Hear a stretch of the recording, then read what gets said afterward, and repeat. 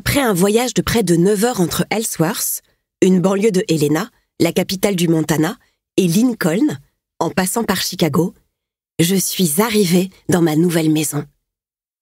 C'est la fin de l'après-midi et je vais probablement me coucher, fatiguée et épuisée dès mon arrivée dans mon nouvel appartement. Le bus s'arrête à l'arrêt Lincoln Campus et je descends ma valise et mon sac à main. J'ai pris la route tôt ce matin pour rejoindre ma nouvelle maison. Mes parents m'ont emmenée à l'aéroport d'Helena. De là, j'ai pris l'avion pour Chicago et de Chicago, j'ai pris un autre bus pour Lincoln. J'ai hâte de commencer mes études. Tout l'été, j'ai attendu avec impatience le mois de septembre et mon déménagement. Ce sera un nouveau chapitre de ma vie. Je suis maintenant une étudiante qui vit dans un autre État et je serai bientôt une colocataire dans un appartement partagé. La résidence universitaire dans laquelle j'ai postulé m'a envoyé une lettre m'informant qu'il n'y avait plus de chambres disponibles dans leur dortoir. Cependant, je pouvais obtenir une chambre dans un appartement que l'université loue également. La locataire précédente a déménagé parce qu'elle a obtenu son diplôme. Au début, j'étais sceptique parce que j'étais sûre de vouloir vivre dans un dortoir sur le campus. Me rendre aux cours et aux conférences serait beaucoup plus rapide et moins compliqué parce que je pourrais y aller à pied. Pour m'y rendre depuis l'appartement, j'aurais besoin d'une carte de bus spécifique. Mais la dernière option était encore plus éloignée et plus chère. Finalement, j'ai accepté. Ma nouvelle colocataire s'appelle Denver Jones et elle est en dernière année d'université. Si nous ne nous entendons pas, elle déménagera dans 1 an et demi. Je pourrais alors peut-être trouver quelqu'un par moi-même. J'espère me faire de nouveaux amis. C'est ce qui me fait le plus peur. Être seule pendant toute la durée de l'université. Mais ce ne sera pas forcément le cas, car je suis sûre que Denver et moi nous entendrons très bien et que nous deviendrons amis. J'attrape la poignée de mon bagage et j'épaule mon bagage à main, en suivant les panneaux qui mènent au complexe d'appartements. Depuis que je suis montée dans le bus à Chicago, j'absorbe tout ce qui m'entoure comme une éponge. Tout est nouveau pour moi. Dans les semaines à venir, j'aurai mémorisé les rues, les numéros des maisons et les bâtiments. Mais pour l'instant, j'ai l'impression que je ne pourrai jamais tout retenir.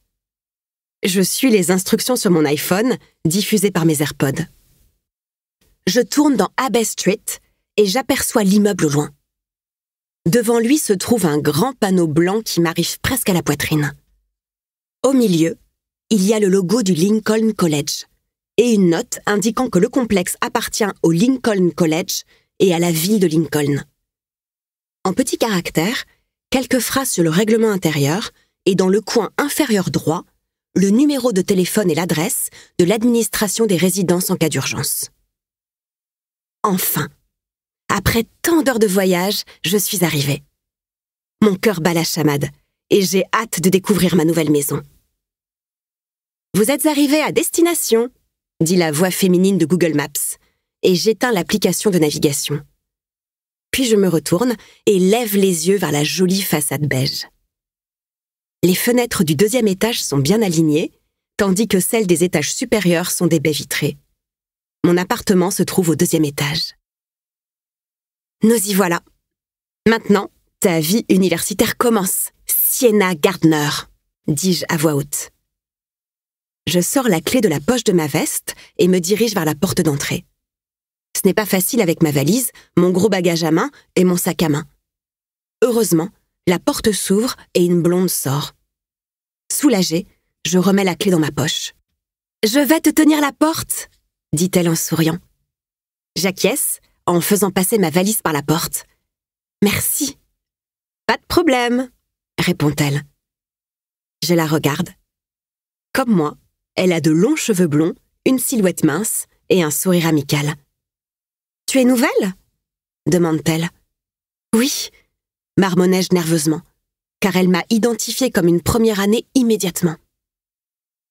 Un étudiant qui serait retourné dans sa famille pour les vacances aurait certainement moins de bagages que moi. Et encore, il est prévu que mes parents me ramènent la plupart de mes affaires avec la camionnette familiale dans 2 semaines. J'ai une chambre meublée, car la locataire précédente y a laissé une grande partie de ses meubles. Dans mon sac et ma valise, j'ai pris l'essentiel pour 1 mois.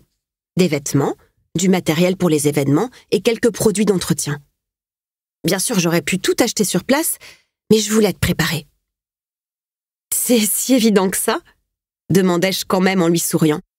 « Tu sembles un peu perdue et tu as beaucoup de bagages. »« Oh, je suppose que je